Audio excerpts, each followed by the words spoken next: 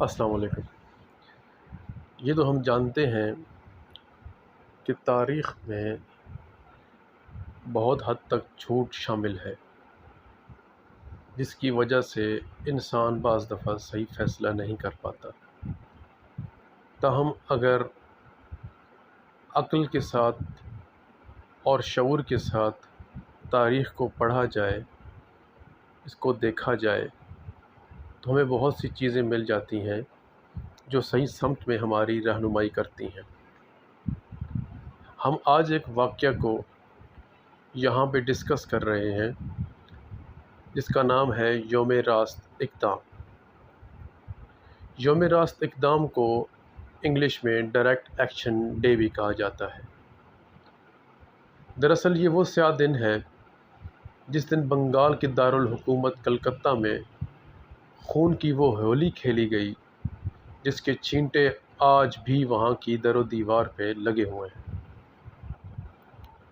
یہ دن 16 اگست 1946 کو آل India Muslim league کے صدر مسٹر محمد علی جناح کی ایما پر منایا گیا تھا۔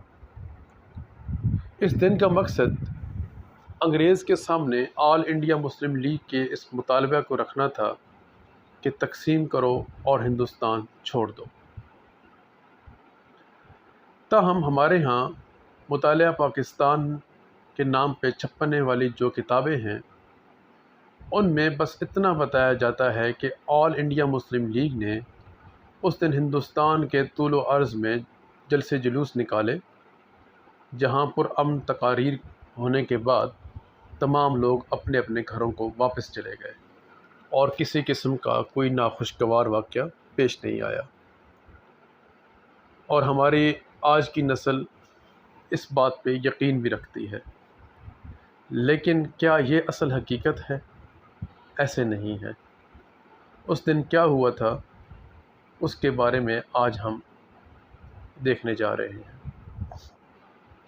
دراصل اس زمانے میں یعنی کہ 1946 کے اندر بنگال، جو اس وقت صوبہ متحدہ بنگال بھی کہا جاتا تھا، اس پہ آل انڈیا مسلم لیگ کی حکومت تھی جس کے وزیر اعلیٰ حسین شہید سہروردی تھے۔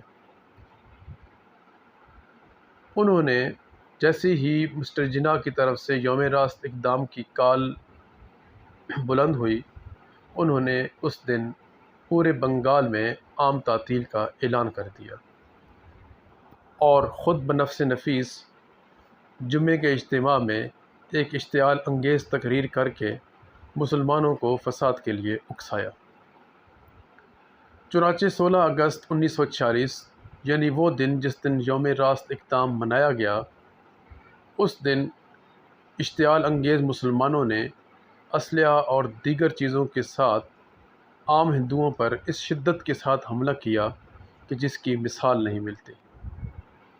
عام ہندو مزدوروں اور دیگر افراد کو چن چن کر بے دردی کے ساتھ قتل کیا گیا، ان کی املاک کو لوٹا گیا اور خواتین کی عصمت دری کی گئی۔